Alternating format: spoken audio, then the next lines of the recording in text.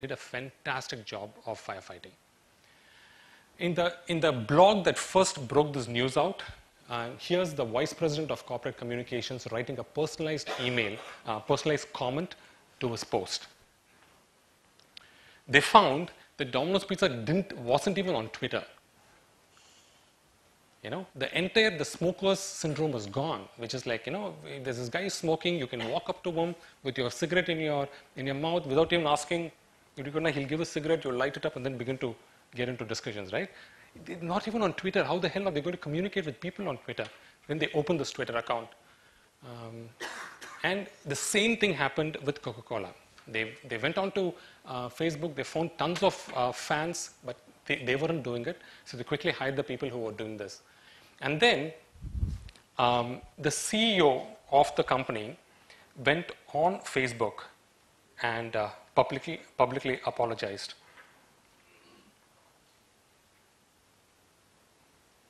Oops, can I have volume here, please?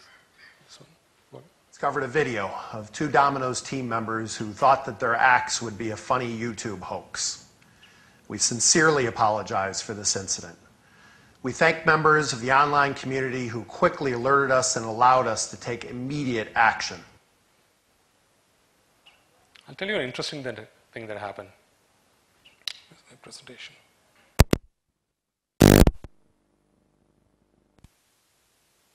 The screenshot was taken a long time back, but it's now over about 2 million views. Look at the rating. That's 4.5. For all of us who have used YouTube, 4.5 is like kick-ass.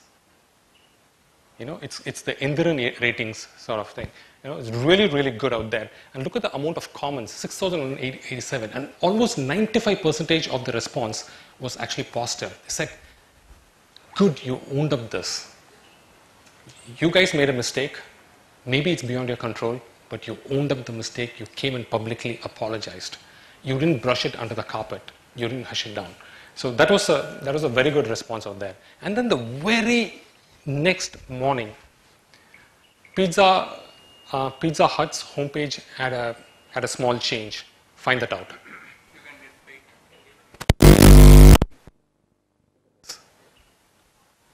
They started hiring what they call Twitter interns. And they didn't have actually a presence on Twitter. They quickly learned from the mistake of their competitor and started doing this.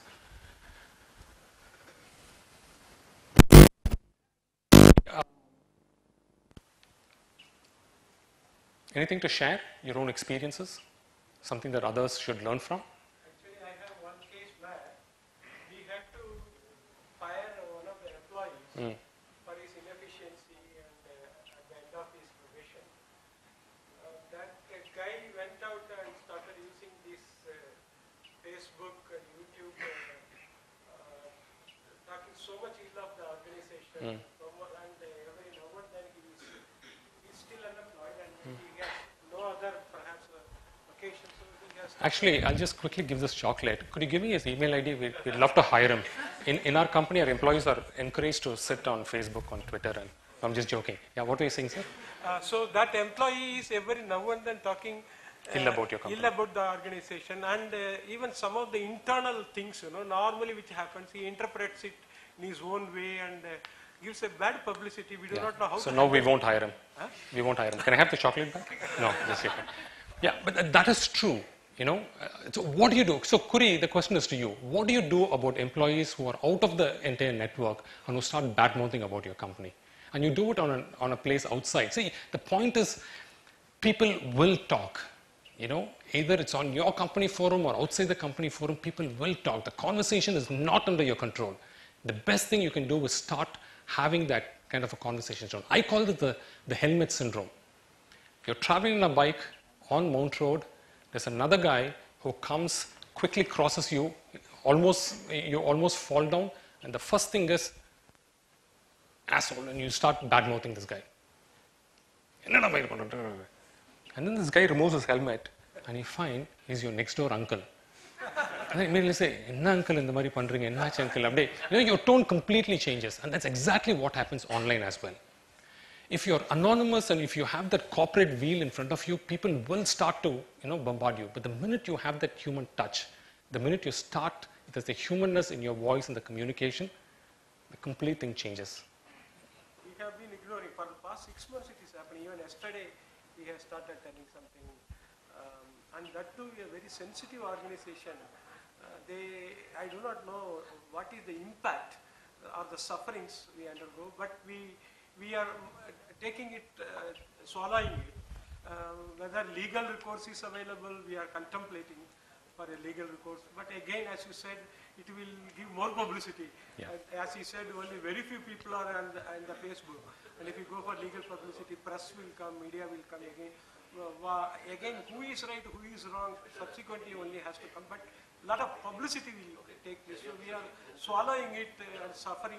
Maybe you should try legal outgoes. It usually scares people. You don't have to go beyond. But I think the minute people hear about the legal stuff, they usually a little careful. Yes, Srinivas. I recently started following Vodafone on my Twitter. Mm-hmm. I'm facing a big problem. The moment I entered my house, we recently shifted the house. The moment I entered the house, my signal is zero. Okay, I will not even get a single pulse. I have to use only Wi-Fi inside my house. On 15th, I just suddenly I got a thought and I just tweeted to Vodafone. I'm residing in this area. I'm having a network problem. Can you help me? Okay, you won't believe that in another 1 hour's time, I got a reply on the tweet stating that we will get back. Just send me your number. I'll just get back to you. I sent my number. Okay, within 2 days, I got another 2-3 tweets from them that we are forwarded your request to the customer support. Within 4 days, the person visited to my residence and they've solved the problem. Okay, so we have earlier days we used to go to the store and given a written complaint or send them a mail. We need to have so many things. Now we just sitting. If you tweet something, they're responding immediately. Yeah. I don't think even which is a good thing. I'll tell you also the negative thing of this, which is I think we should tone ourselves down.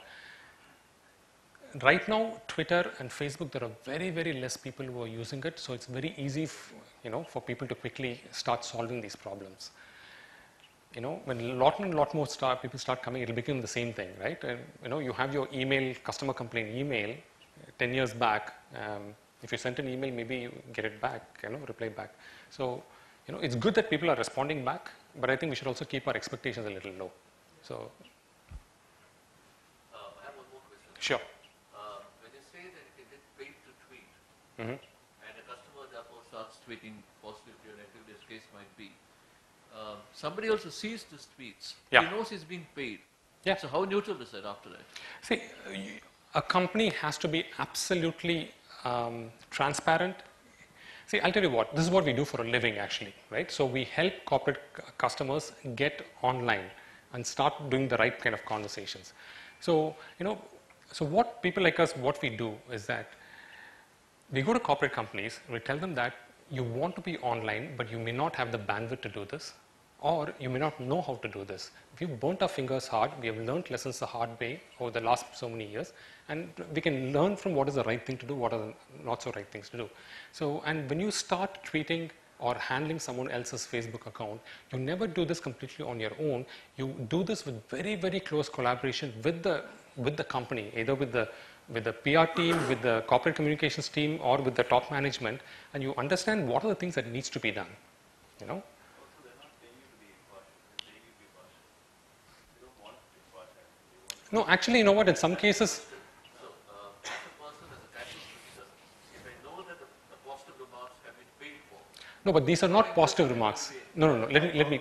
with the Facebook praise, but this Twitter thing is different. They're just trying to spread the word. No, even in Facebook also, you're trying to tell, for example, Marg is one of our clients. Yesterday, Economic Times, there was an article that said Marg is the second largest growing infrastructure company. What did we do? We took that, we said Economic Times says this, and we made a tweet. Does that make us impartial? Right? So you're actually disseminating the information right out there, right? That's okay.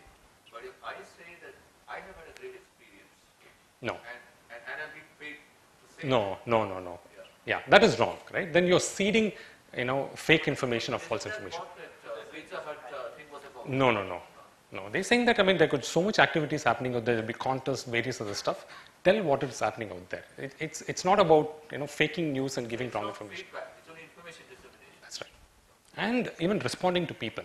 Like one of the guys who responded to his Vodafone thing could have been a guy who's sitting out there and probably just his only job is to listen to what people are talking about Vodafone. I'll tell you what, the Reliance data card out here that I have, you know how I bought this? I made a tweet saying that, asking people, which one should I buy? Should I buy Tata Indicom? Should I buy MTS or should I buy Reliance? And a whole host of people said that, no, you should go for Reliance, the pros and cons, people are. And then that same evening, I get a call from Bombay. And the guy calls me up, sir, I understand that you're looking for a data card. I've asked my Chennai representative to come and meet you. He's somewhere near the Vadapalani area. I know you're living in Virugambakam. Can I ask him to meet him right now? He'll demonstrate what it is. I tell you what, man, I was impressed. Right? Not only was I impressed with the entire service, I was impressed with the speed, everything, and I bought it that very evening itself. So I think it's also a great sales tool for you to keep your ears close to the ground and listen. My other question is, as you said, as the volumes go up, as the number of people go up for tweeting and so on and so forth, won't companies start looking at those customers who in turn have more followers and giving more attention to them? Yeah.